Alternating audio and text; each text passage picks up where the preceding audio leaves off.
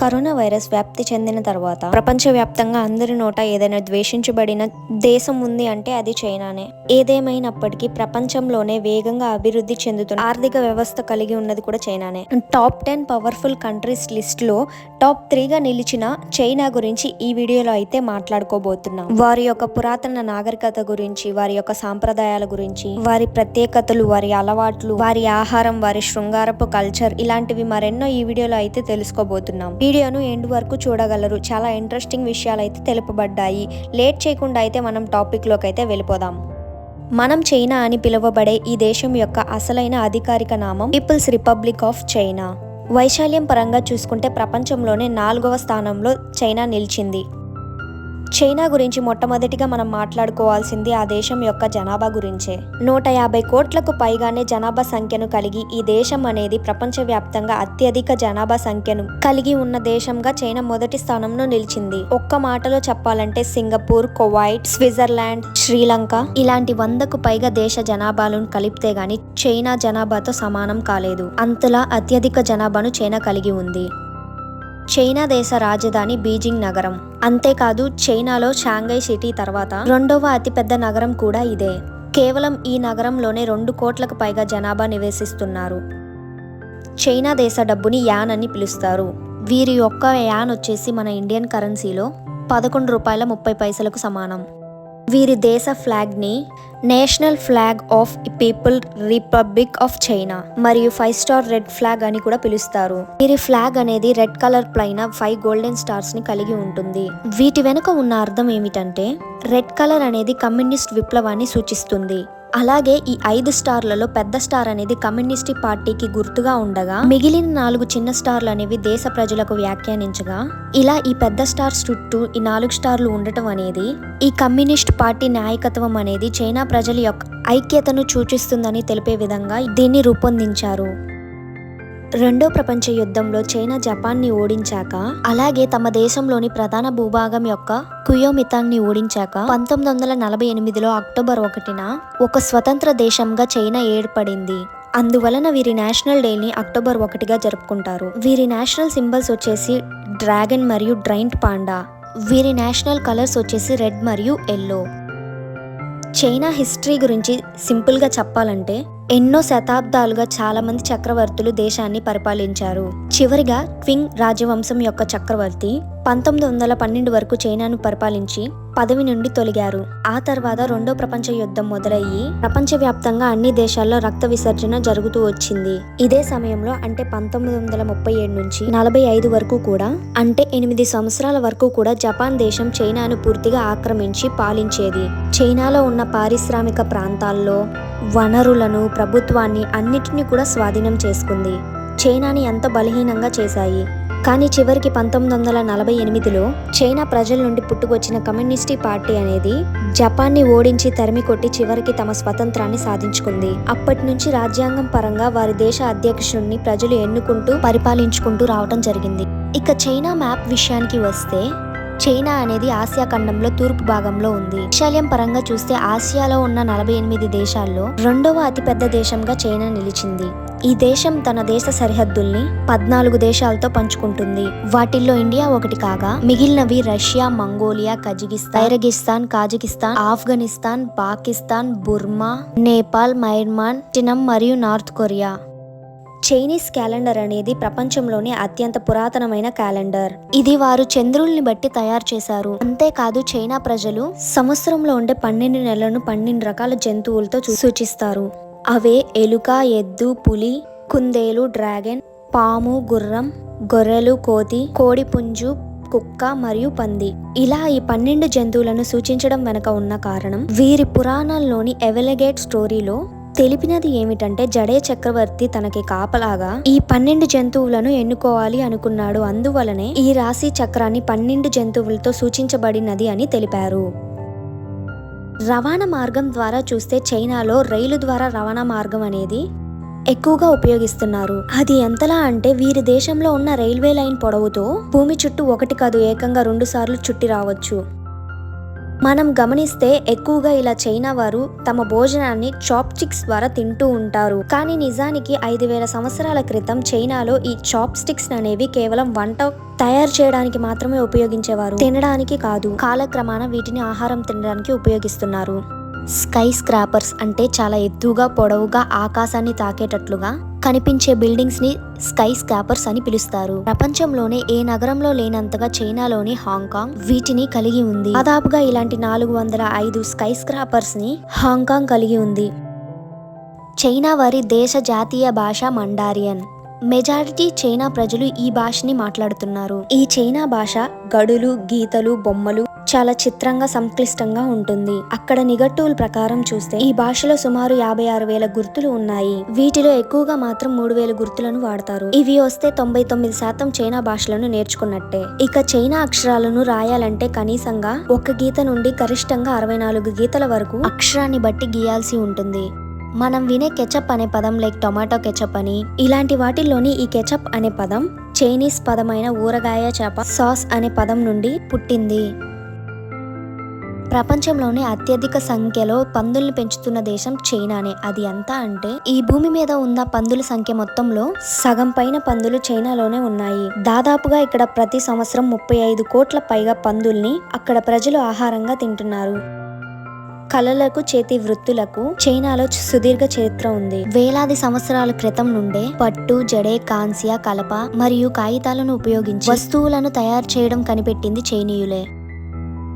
Panda ఇవి చూడ్డానికి అందంగా మరియు బొమ్మల మాదిరిగా కనిపిస్తూ ఉంటాయి. నిజానికి ఈ పాండాలు అనేవి చైనాలోని మిస్టీ మౌంటైనియస్ లో తప్ప భూమిపై మరెక్కడా లేవు. అంటే ప్రస్తుతం మనం వేరే దేశాల్లో చూసే ప్రతి పాండా కూడా చైనా నుండి వచ్చినవే. ఇవి ఎక్కువగా చైనాలోని మందపాటి ముదురు అడవుల్లో కనిపిస్తాయి. ఇవి అంతరించిపోతున్న జంతువుల జాబితాలో చేరడంతో ప్రభుత్వం వీటిని జాగ్రత్తగా రక్షిస్తూ వీటి యొక్క సంఖ్యను పెంచుతుంది. ఇవి శాకాహారులే. ఎక్కువగా విదురు చెట్టు ఆకులను, కాండాలను, రెమ్మలను తిని బ్రతుకుతుంటాయి. ఇవి రోజులో 10 నుండి 16 గంటలు తింటూనే ఉంటాయి.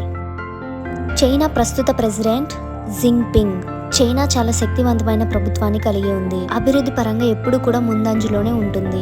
21వ శతాబ్దం చైనీస్ శతాబ్దం అవుతుందని చాలా మంది నిపుణులు అంచనా వేస్తున్నారు. ఇది జరిగినా జరగకపోయినా చైనాలో ఏమి జరిగినా ఇతర దేశాలను ప్రభావితం చేస్తుంది అనడంలో ఎలాంటి సందేహం లేదు అని మాత్రం మనం చెప్పగలం. దీనికి ఉదాహరణగా మనం కరోనానే అని చెప్పవచ్చు. చైనాలో పెద్దవారిని అందరూ గౌరవిస్తారు. ఇంట్లో నివసించే అందరు కుటుంబ సభ్యులు కూడా పెద్దవారిని, వృద్ధులను బాగా చూసుకుంటారు. అంతేకాదు ఇక్కడ వృద్ధుల కోసం ప్రత్యేక చట్టం కూడా అమలులో కూడా ఉంది. చైనా ప్రజలు న్యూ ఇయర్ ని చాలా గ్రాండ్ గా సెలబ్రేట్ చేసుకుంటారు. అది ఎంతలా అంటే ఈ న్యూ ఇయర్ సెలబ్రేషన్స్ ని 15 రోజులు సెలవు దినంగా జరుపుకుంటారు.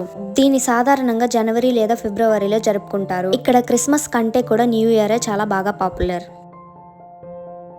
మతాల విషయానికి వస్తే చైనాలో 21.9% జైనిస్ జానపద మతాన్ని, 18.2% బుద్ధిస్టులు, 5.1% క్రిస్టియన్స్లు, 1.8% ముస్లింలు మరియు 0.7% ఇతర మతాలను కలిగి ఉన్నవారు. ఇక 52.2% వరకు ఎలాంటి మతాలు కలిగి లేని ప్రజలు నివసిస్తున్నారు. అంటే ఈ దేశ జనాభా ప్రజలలో సగం పైగా అంటే 75 కోట్లకు పైగా ప్రజలు దేవుడు ఉన్నాడని నమ్మటం లేదు.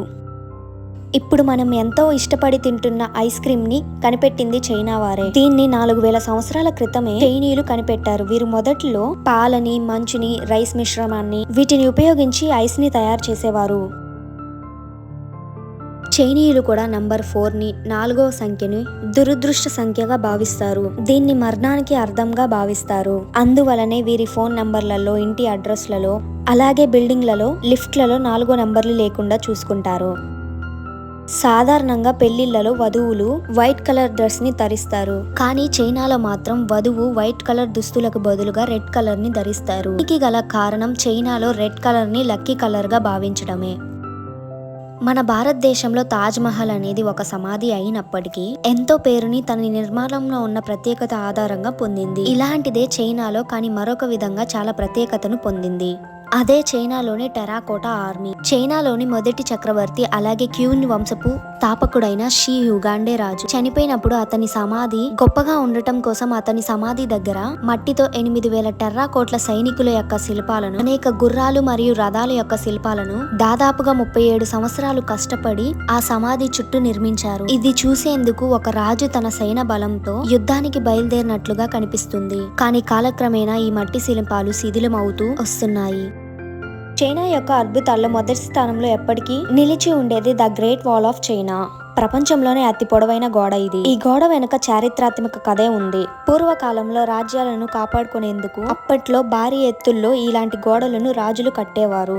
ఇలా చైనా యొక్క తొలి చక్రవర్తి అయిన క్విన్ షీ హుయాంగ్ శత్రువులను ఎదుర్కొనేందుకు, రాజ్యాన్ని కాపాడుకునేందుకు ఈ చైనా గోడను క్రీస్తు పూర్వం 7వ శతాబ్దంలో కట్టడం ప్రారంభించారు. అలా ఆ తర్వాతి రోజులు దీన్ని సాగిస్తూ అలా ఈ గోడను పూర్తిగా నిర్మించేందుకు 2000 సంవత్సరాల సమయం పట్టింది. ఈ గోడ 8,800 కిలోమీటర్ల పొడవు, 30 అడుగుల వెడల్పు, గరిష్టంగా 12 అడుగుల ఎత్తును, ఇక దీని వాచ్ టవర్ 26 అడుగుల ఎత్తును కలిగి ఉంటుంది. ఈ గోడ నిర్మాణం పూర్తి చేయడంలో దాదాపుగా 8 లక్షల మంది కూలీలు పనిచేశారని అంచనా. ఈ గోడ నిర్మాణం యొక్క ఏకైక ఉద్దేశం ఉత్తర దిశ విదేశీ ఆక్రమణల నుంచి రక్షించుకోవడమే కాకుండా స్మగ్లింగ్ ద్వారా దిగుమతి చేసుకునే వస్తువులపై పన్ను నివారించడం, అలాగే వలసలను నియంత్రించడం ఈ గోడ యొక్క ప్రధాన ఉద్దేశం. గోడ మీద ఆధిపత్యం కోసం శతాబ్దాలుగా వేలాది యుద్ధాలు జరిగాయి. అనేక రాజవంశాలు, సామ్రాజ్యాల్లో యుద్ధాలు జరిగాయి. ఎవరైతే దీన్ని నియంత్రించారో వారిని శత్రువులను ఓరించడం సులభంగా మారేది. ఇక్కడ చివరి యుద్ధం 1938 జపనీస్ తో జరిగింది. ప్రపంచంలోనే ఎత్తైన శ్మశాన వాటికగా పేరు కూడా ఉంది. దీనికి గల కారణం ఈ గోడ నిర్మాణ సమయంలో లక్షలాది మంది కూలీలు మరణించారు మరియు వారిలో చాలా మందిని గోడ కింద ఖననం చేయబడ్డారు. దానితో ప్రపంచంలోని ఎత్తైన శ్మశాన వాటికగా మారింది. ఇక చైనా ప్రజల ఆహార అలవాటు విషయానికి వస్తే వీరు వెజ్ ఫుడ్ తో పాటుగా అంతే స్థాయిలో నాన్ వెజ్ ఫుడ్ ని కూడా తింటారు. వీరి వంట అనేది ముఖ్యంగా తీపి, పులుపు, ఉప్పు, చేదు, కారం ఈ 5 రుచుల మీద ఆధారపడి ఉంటుంది. కానీ ఇక్కడే ఉన్న ఒక భయంకరమైన విషయం ఏమిటంటే నాన్ వెజ్ ఫుడ్లలో వీరు తినేవి చూస్తే మనకి ఒళ్ళు జలకరిస్తుంది. వాటిలో కొన్నిటి వరకు మీకు తెలుపుతాను. 1. మనం సాధారణంగా ఉడకబెట్టిన గుడ్లను తింటాము, కానీ వీరు కూడా అవే తింటారు. ఆ గుడ్లు ఎలాంటివంటే అవి 14 నుండి 21 రోజులు పొదగబడినప్పుడు వాటిలో చిన్న పిల్ల తయారవుతుంది. మరి కొద్ది రోజులతో అది బయటికి రాబోతుంది అని అలాంటి గుడ్లను ఉడకబెట్టి వాటిలోని పిల్లలు తింటారు. కొన్ని గుడ్లలో పిల్లల యొక్క ఎముకలు, ఈకలు కూడా ఉంటాయి. వాటిని ఇంకా ఎక్కువగా తింటారు. ఇవి తింటే మగవారిలో పురుషతత్వం బలపడుతుందని వారు భావిస్తారు. 2. పట్టు పురుగులు. పట్టు పురుగులు వంటి గొంగలి పురుగులను వీరు వేయించి తినడం, కాల్చుకుని తినడం చేస్తారు. అంతేకాదు వీరికి ఇష్టమైన సూప్లలోను, కూరల్లోను రైస్ తో పాటు, నూడిల్స్ తో పాటు వీటిని కలిపి తీసుకుంటారు. 3. షీప్ పెన్నిస్. గొర్రెల మాంసాన్ని అన్ని చోట్ల తినడం సాధారణమే, కానీ చైనాలోని కొన్ని చోట్ల గొర్రెల యొక్క పురుషాంగాల్ని, ఇవే కాకుండా ఇతర జంతువుల యొక్క పురుషాంగాల్ని వాటిని ఉడికించి నేరుగా మరియు కూరల్ని చేసుకొని తింటూ ఉంటారు. ఇలా తినటం వల్ల వారి యొక్క లైంగిక శక్తిని పెంచుతుందని వీరు నమ్ముతారు. 4. తేళ్లు. తేళ్లను వీరు ఇక్కడ రుచికరమైన ఆహారంగా భావిస్తారు. వీటిని రెస్టారెంట్లో అలాగే రోడ్ల పైన కూడా మంటల్లో వేయించి మసాలా చల్లి అమ్ముతూ ఉంటారు. ఇలా తేళ్లను తినటం అనేది వారిలోని శరీర రోగాన్ని నయం చేస్తుందని, చల్లని పరిస్థితుల్లో రక్తం వేడిగా ఉంటుందని భావిస్తారు. 5. కోడి వృషణాలు. KFC చికెన్లలో రకరకాలవి చూసి ఉంటారు, కానీ చైనా వారు తినే చికెన్ యొక్క రకమే వేరు. కోడి యొక్క వృషణాలను వండి రసంలా, ఉడకబెట్టి ఫ్రైలా, ఒకసారి ఇలా రకరకాలుగా వండి తింటారు. ఇవి తింటే మగవారిలో పరాక్రమం, అదే ఆడవారిలో అయితే చర్మం రంగు పెరుగుతుందని వారు భావిస్తారు. ఇవి మాత్రమే కాదు, పాముల్ని, నీటి గుర్రాలని, పందుల్ని, గబ్బిలాలను, పంది ముఖాన్ని, ఆవు ఊపిరితిత్తులను, తాబేలు డిప్పల్లో ఉండే జిగురు పదార్థాన్ని, పావురాల యొక్క మెదడుని, కప్పల్ని, అలాగే నల్లటి చర్మం ఉండే పెద్ద కప్పల్ని, పిల్లుల్ని, చివరికి కుక్కల మాంసాన్ని విపరీతంగా తింటారు. వీరు తినే ఈ ఆహార లిస్టుని చెప్పాలి అంటే ఈ వీడియో సరిపోదు, అంతలా అన్నిటిని తింటారు. వీరు ఈ ప్రతి జంతువు వలన వీరి శరీరానికి ఏదో ఒక లాభం, మంచి ఆరోగ్యం, రోగాలు నయమవుతాయని, వీరిలోని శక్తి పెరుగుతుందని ఇలాంటి ఊహలతో వీటన్నిటిని తినేస్తూ ఉంటారు. మనం ప్రస్తుతం ఎగరవేస్తున్న ఈ గాలిపటాలను కనిపెట్టింది చైనీసే.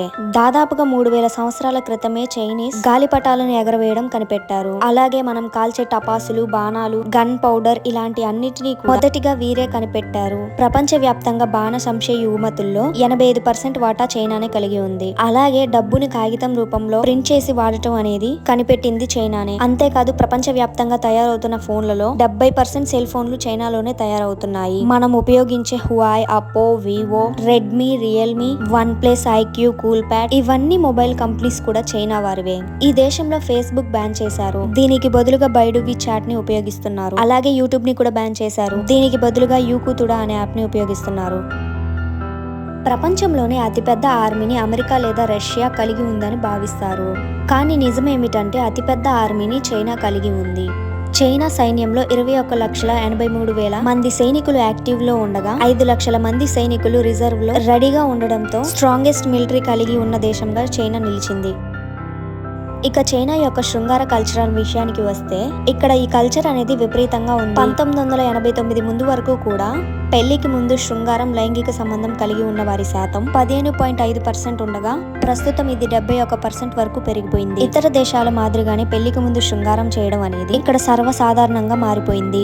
ఇక్కడ మగవారిలో 57.3% మంది 2 నుండి 5 మంది మహిళలతో లైంగిక సంబంధాన్ని కలిగి ఉన్నారు. అలాగే 16% మగవాళ్ళు, 13.7% ఆడవాళ్ళు ఒకరికంటే ఎక్కువ మంది బెడ్రూమ్ పార్ట్నర్స్ ని కలిగి ఉన్నారు.